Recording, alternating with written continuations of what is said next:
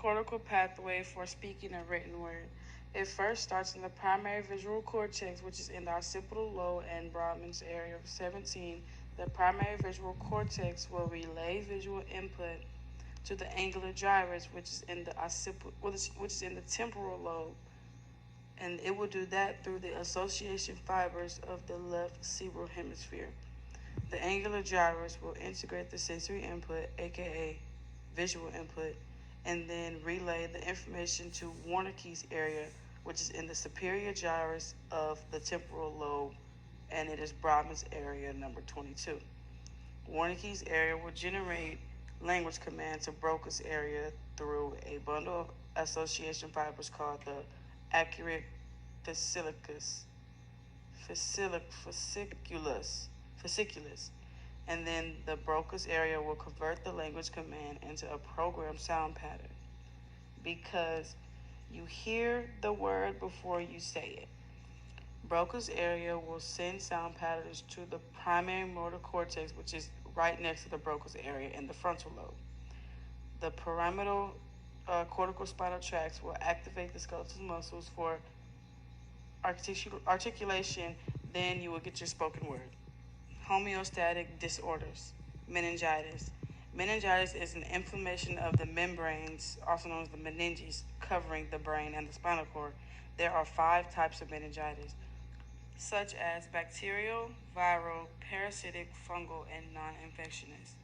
Bacterial meningitis causes death in as little as a few hours.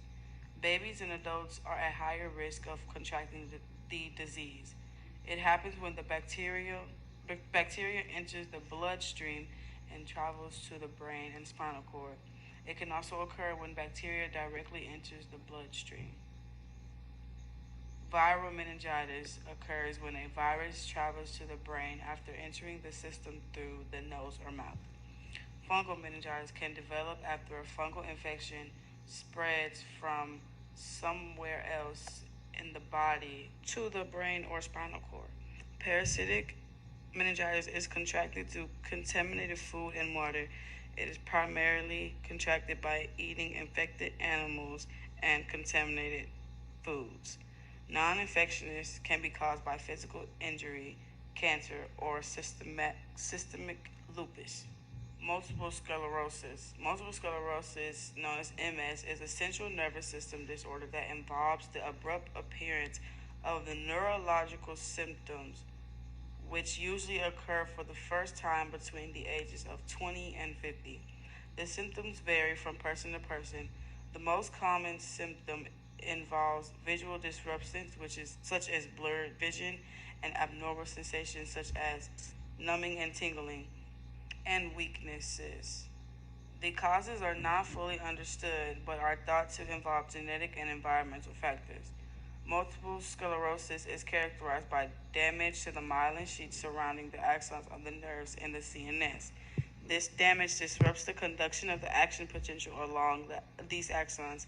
The myelin damage can also lead to deterioration of axons. Hydrocephalus. Hydrocephalus is a condition that involves the buildup of cerebrospinal fluid. This disease can occur to excess production of CSF, impaired reabsorption of CSF into the bloodstream, or blockage in the ventricular system that causes CSF to accumulate. Hydrocephalus is classified into 2 types: communicating and non-communicating. Communicating does not involve a blockage in the ventricular system, but non-communicating does. Non-communicating is the most common cause of hydrocephalus. When CFS accumulates in the ventricles, this causes the brain to become enlarged. The increased brain size can lead to an increased pressure in the skull, which can then lead to the compression of the brain and a variety of symptoms, some of which may be life threatening. Treatment can be involved in the attempt to drain the excess CFS. Guillain-Barré syndrome, also known as GBS. GBS is an acute paralytic polyneuropathy that affects the peripheral nervous system very rapidly. It may hinder movement, sensations, or organ functions. depending on the nerves involved. Damage to the myelin and peripheral axon in the GBS is usually first brought upon in the hands or feet with symptoms such as tingling and numbness. And then it begins to migrate upwards. As it progresses, it causes muscle weakness that can then worsen to flaccid paralysis. The patient may also experience back, shoulder, and thigh pain. GBS is often caused by a follow of gastrointestinal infection with diarrhea or a respiratory tract infection. There are two subtypes, with the first being acute inflammatory demyelinating polyneuropathy, which is damage of the myelin sheaths, and the axonal type known as acute motor axonal neuropathy, which is damage against the axonoma. Broca's aphasia.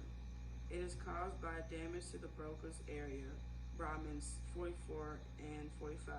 Broca's aphasia is a communication disorder that affects a person's ability to speak and write.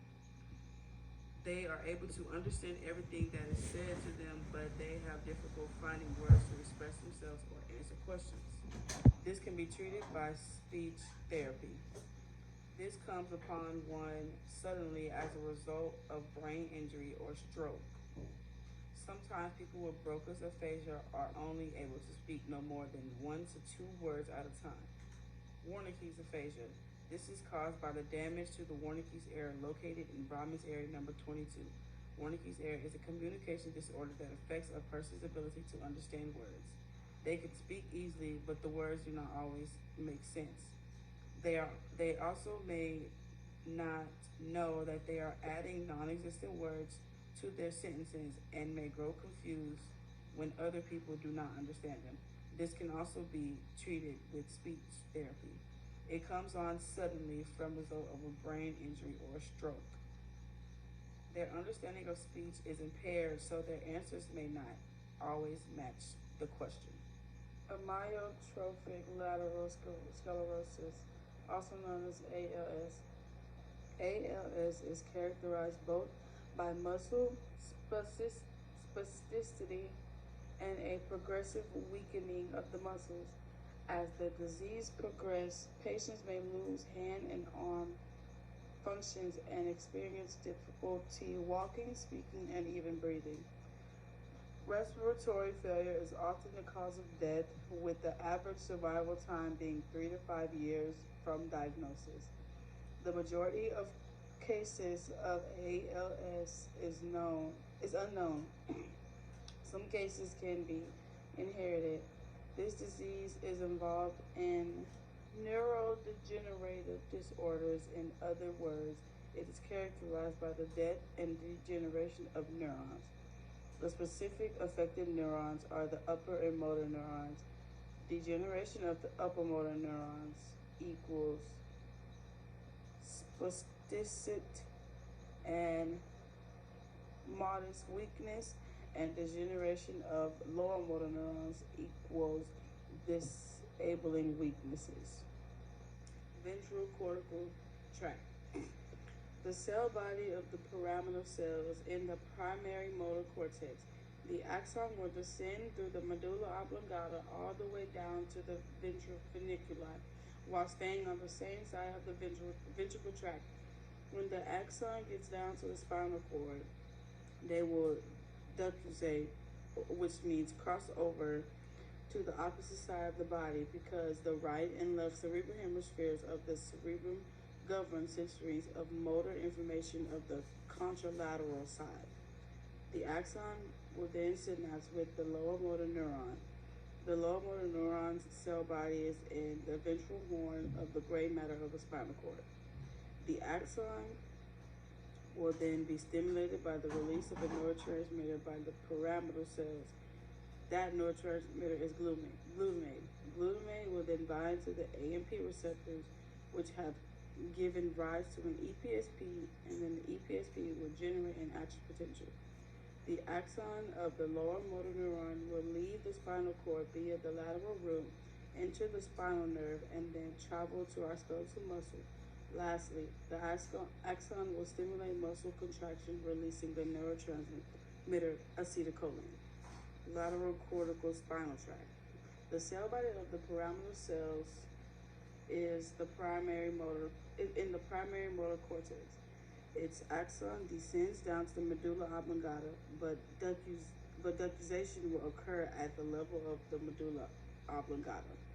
Then the upper motor neuron will synapse with an interneuron, and then the interneuron will synapse with the lower motor neuron, whose cell body is in the ventral horn of the gray matter of the spinal cord. It will then exit the spinal cord via the ventral root, travel through the spinal nerve, and then synapse and stimulate the skeletal muscles. Motor homunculus. The motor homunculus tells you certain parts, controls certain things according to where it is on the brain. It is a cartoon depiction of the percentage of and location of the primary motor cortex of output to the various skeletal muscles associated with the human body. When you look at the motor homunculus, you see that certain parts of the body is exaggerated. The trunk of the body has more mass than the face and the fingers, but the face and the fingers receive more devotion from the motor homunculus.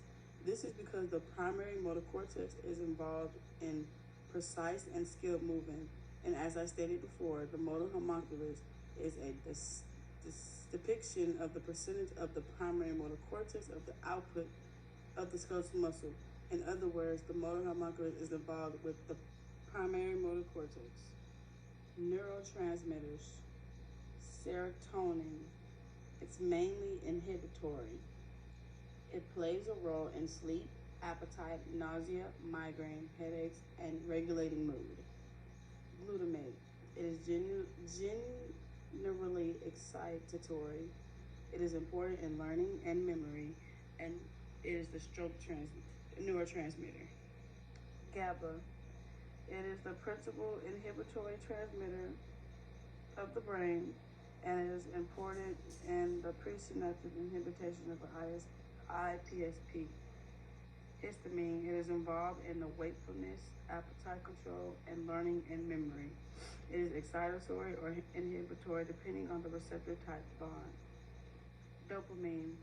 It is a feel-good neurotransmitter. It could be excitatory or inhibitory depending on the receptor type bond.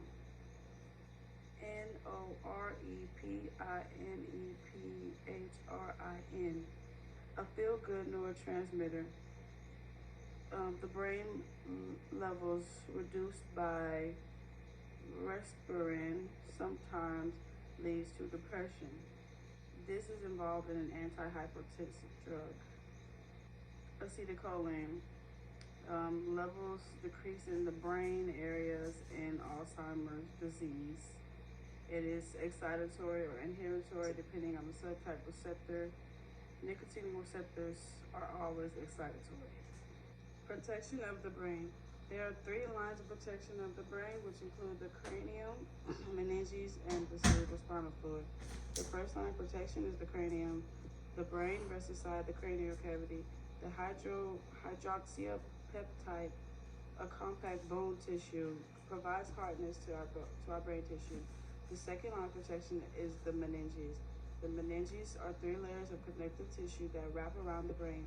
The functions of these meninges include cover and protection for the brain, encloses the dural sinuses, contains CSF, separates the cranial cavity and the brain, helps stabilize the brain, and cover and protect the blood vessels of the cerebral circulation.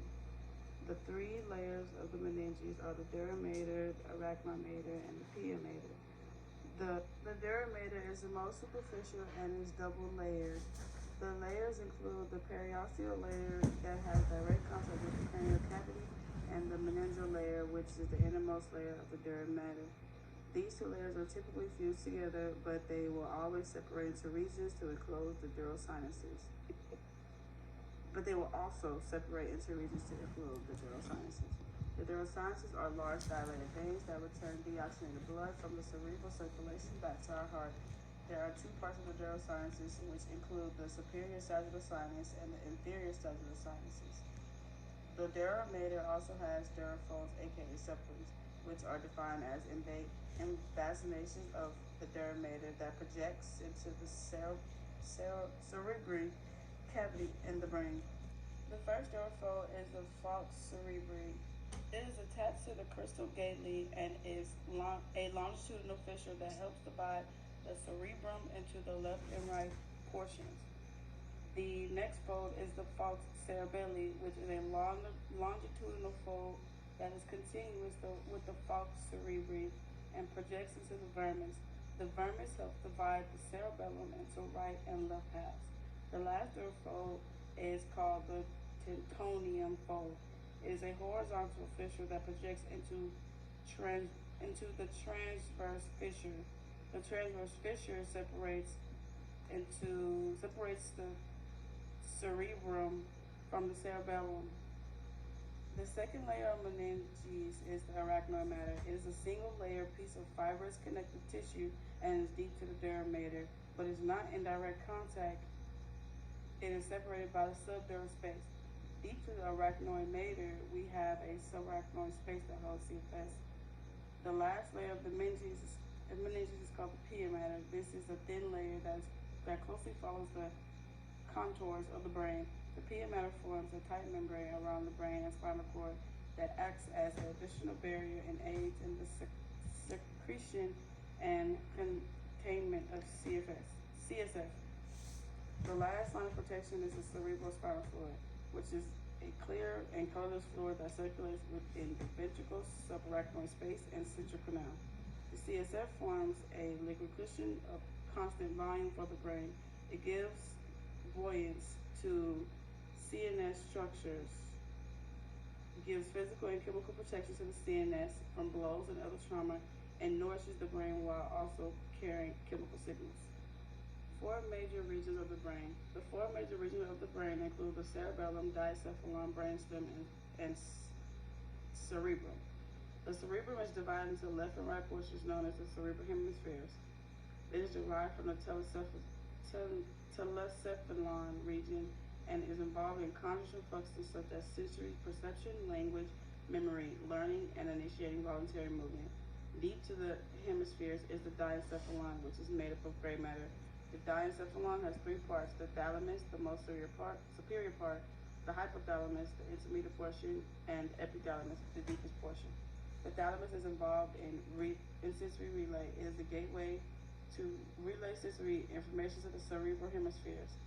The hypothalamus plays a key role in homeostasis. It regulates blood volume, temperature, water, and visceral motor activity. It also plays a role in sexual behavior. The epithalamus is a pineal gland that secretes melatonin, which is involved in sleep induction. The next major region of the brain is the brainstem, which also has three major regions: the midbrain, the pons, and the medulla oblongata, which is continuous with the spinal cord. The midbrain is derived from the menincephalon. It has a structure called the corporal quadrigema. The corporal quadrigema has four masses: a pair of superior colliculi, which are involved in head and eye coordination, and a pair of inferior colliculi, which are involved in auditory reflexes, which is also known as the startle responses. The pons are derived from the menincephalon as well.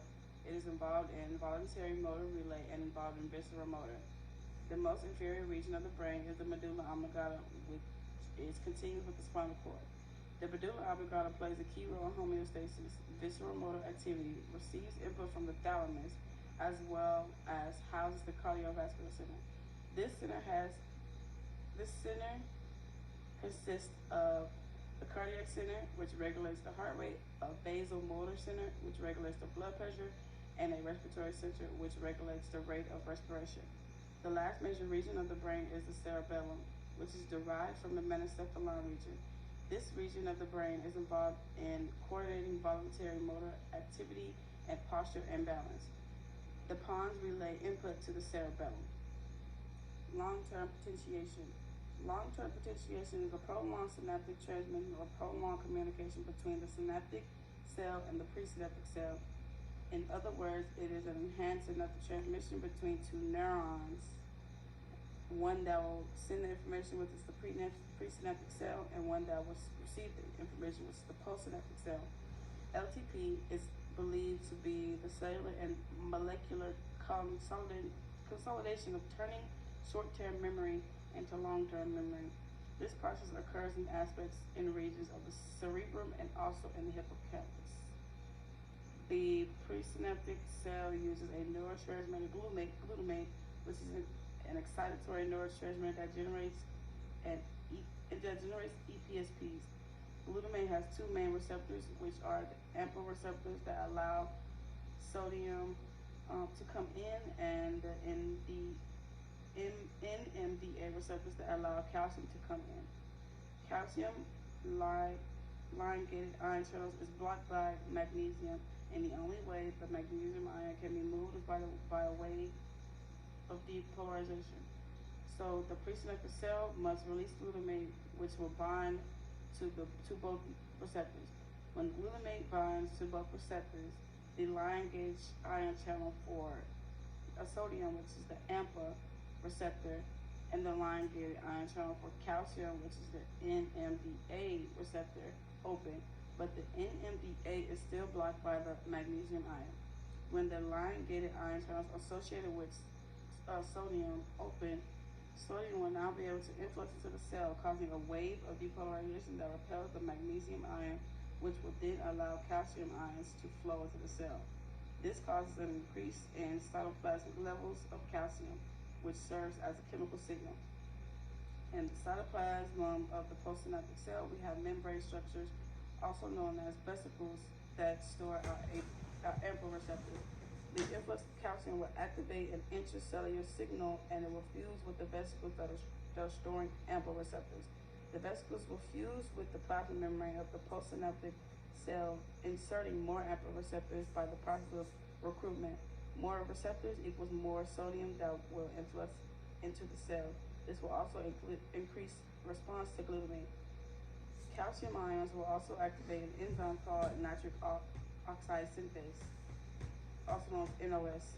The NOS will act and convert the nitric oxide, an amino acid that will be inside the cell. Nitric oxide will diffuse from the postsynaptic cell and then act on the presynaptic cell, increasing the release of glutamate. Because we have more AMPA receptors, we can now release more glutamate, and this will be a continuous cycle. Coding for stimulus intensity in the nervous system, threshold versus suprathreshold. Once generated, all APs are independent of stimulus strength, and all APs are alike. The greater the stimulus, the greater the APs generated. Strong stimuli generate nerve impulses more often in a given time interval than weak stimuli. Suprathreshold is basically just above negative 55 millivolts, which is about negative 30 millivolts. Regular threshold is just negative 65 millivolts. Brodmann's area, 44 and 45 is the Broca's area. 1, 2, and 3 is the primary sensory cortex. 22 is the Wernicke's, which is spoken word and comprehension. 39 is the ocular gyrus. 17 is the primary ventral cortex, which is an occipital lobe, and 4 is the primary motor cortex. Broca's area, which is Brodmann's, number 44 and 45, is located in the posterior walls of the frontal lobe. It is language motor area, also known as the motor speech area. It is involved in activating skeletal muscles involved in articulation. Wernicke's area, which is Brodmann's area, number 22. It is located in the superior gyrus of the temporal lobe. It is a language comprehension area. It is involved in the comprehension of written and spoken words. It generates a language command, and it involves the choice and sequence of words. Angular gyrus, Brodmann's area 39, is located in the junction of the parietal, occipital, and temporal lobe. It is association area. It integrates both motor and sensory information coming into the brain. Side note, the angular gyrus, Wernicke's area, and Broca's area are all cortical areas of the brain that are involved in generating a spoken word. The left side of the brain governs language, which is the left cerebral hemisphere. Another Brahman's area number 4, which is the primary motor cortex. It is located in the frontal lobe, specifically in the precentral gyrus. It binds a population of pyramidal cells, which are motor neurons, which are large multipolar neurons.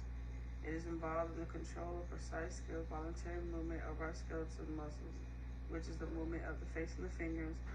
The cell bodies will be housed in the PNS, which is gray matter, and its myelin axons will project into the spinal cord. The thalamus. The thalamus is a figure. It has 5 sections. The top 2 sections, starting from the left, is the dorsal anterior nucleus, and on the right is the dorsal posterior nucleus. And at the bottom is 3 sections. It is the ventral anterior nucleus, which will send motor relay to the basal nuclei. And then in the middle is the ventrolateral nucleus, which will send motor relay to the cerebellum.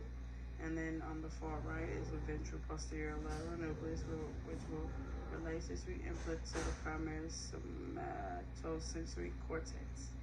And on the 2 ends of the very right at the top, it is the medial geniculate body, which relays auditory sensory input to the primary motor cortex, which is located in the temporal lobe and corresponds with Brahman's area number 41. And at the bottom is the lateral geniculate body, which will send visual input to the primary visual cortex, which is in the occipital lobe and corresponds with Brahman's area number 17. The thalamus is the most superior region of the diencephalon and makes up 80% of the total mass of the diencephalon. The thalamus is made up of 2 oval-shaped masses of gray matter that is held together by the intermediate mass. The thalamus is made of named nuclei, which is gray matter, of the aggregations of cell bodies in the CNS. The major function of thalamus is sensory relay. It is the gateway to the cerebral cortex. We have sensory information coming from the spinal cord and lower brain regions that will synapse in the thalamus, which the thalamus will then relay that sensory information to the appropriate cortical areas within the cerebral cortex. The hypothalamus is inferior to the thalamus. It plays a key role in homeostasis. It is inferior to the hypothalamus is the pituitary gland, which is a major endocrine gland. The pituitary gland has 2 lobes, which is the anterior pituitary gland, the posterior pituitary gland, from left to right. The hypothalamus is positioned between the thalamus and the pituitary gland. The infundibulum connects the hypothalamus and the pituitary gland. Another function of the hypothalamus that allows it to play in the key role in homeostasis is that the hypothalamus is the neuron endocrine gland. It plays a key role in regulating the release of hormones. Other function of the hypothalamus includes regulation of the autonomic nervous system, which governs visceral motor, which is the motor activity of our organs. The medulla oblongata also plays a key role in autonomic nervous system function. It houses the cardiovascular center, and the cardiovascular center is made up of 3 parts, which is the respiratory center. It regulates respiration rate. The cardiac center, it regulates heart rate, and the vasomotor center, it regulates blood temperature. So it goes from sensory input. The nucleus of the hypothalamus is a named nuclei. It is the thermostat of the body. It receives sensory input about body temperature. So it goes from sensory input, aero, ambient temp, in parentheses, environment, then an aero, thermoreceptor, then an aero, which is pons, and that has 3 sections. The far left aero is the vasomotor center. It is the vasoconstriction, blood vessel to skin, and the arrow from that is decreased heat loss. The middle arrow is the thyroid releasing hormone. Then there's another arrow, thyroid stimulating hormone. Then another arrow, thyroid gland. Then that is to generate the thyroid hormone to be released, and that is an increased heat production with the up arrow. Then the far right arrow is the involuntary skeletal muscle, and another arrow shivering. Another name nuclei is the accurate nucleus. It is the feeding behavior. It stimulates the act to want to eat and take in calories. So it goes from the accurate nucleus, and that releases NPY, and that stimulates the act of eating in the hypothalamus. Then arrow feeding, arrow down, increase in blood glucose levels and amino acid proteins. Down then to the right arrow, adipose tissue, in parentheses, fat tissue, release of leptin in the arrow, then leptin, then another arrow. Then that is leptin acts on the accurate nucleus to tell the body to stop eating, and then arrow to the accurate nucleus. The supraoptic nucleus is the collection of magnocellular neurosecretory cells locked in the anterior hypothalamus. Glial cells and the function. So astrocytes play a key role in making exchange between capillary neurons, helping determine capillary permeable, which means it is also involved in the blood-brain barrier system. Astrocytes control the chemical environment around the neurons by responding to nearby neural pulses and releasing neurotransmitters. Microglia cells, the Thorny process sends these certain neurons, sense that certain neurons are injured and or in trouble, and those cells migrate toward them. The microglia cells transform into special type of macrophage that phagocytes the microorganism or neural debris. Oligodendrites is producing an insulating covering called myelin sheath in the CNS. In the central nervous system, there's 31 spinal cord nerves and 12 pair cranial nerves. Ependymal cells is the formation of cerebrospinal fluid. Schwann cells is the formations of myelin sheaths in the PNS, and satellite cells have the same function as astrocyte cells but in the PNS. Structural and functional classification of neurons. The structural classification is multipolar neurons. They have 3 or more processes, 1 axon and the rest dendrites. The most common neuron type in humans, more than 99% of neurons in this class are in this class. Major neuron type in the CNS. There's the receptive region, conducting region, and the secretory region. Bipolar neurons have 2 processes, an axon and a dendrite that extend from opposite sides of the cell body. They're rare neurons. They are found in some special sense organs, such as in the retina of the eye and the olfactory mucus cell. They have a receptive region, which is the dendrite. The cell body is in the middle. The conducting region is the axon, and the secretory region is the axon terminal. Unipolar neurons, they're also called the pseudo-unipolar. Pseudo-unipolar, and pseudo means close. One process extends from the cell body and forms central and peripheral processes, which together comprise the axon. The most distal peripheral process is often associated with the sensory receptor. The central process enters the CNS, more accurately called pseudo-unipolar neurons because they originate as bipolar neurons, are found chiefly in ganglia in the PNS, where they function as sensory neurons. So the receptive region is the receptive endings. Then there's 1 axon. The far left is the peripheral process. The middle is the cell body, which extends out from the axon, and the central process is on the far right, and the secretory region is the axon terminal. Electrical and chemical synapses. Electrical synapses are much less common than chemical synapses. They consist of gap junctions like those found in certain other body cells.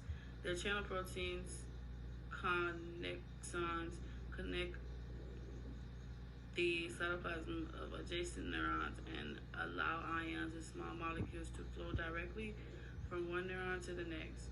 These neurons are electrically coupled. These neurons also transmit across the synapse very rapidly. Communication may be unidirectional or bidirectional. Electrical synapses between neurons provide synchronizing activity of interconnected neurons. These synapses are far more abundant in embryonic nervous tissue. As the nervous system develops, chemical synapses replace some electrical synapses and become the vast majority of all synapses. Chemical synapses, they are the most abundant and the most common type of synapse. They are specialized to allow the release of reception of chemical messages known as neurotransmitters. A typical chemical synapse is made up of two parts, a knob-like axon terminal of the presynaptic neuron and a neurotransmitter receptor region on the postsynaptic neuron. Presynaptic and postsynaptic membranes are separated by the synaptic cleft, a fluid-like space approximately 30 to 50 millimeters wide.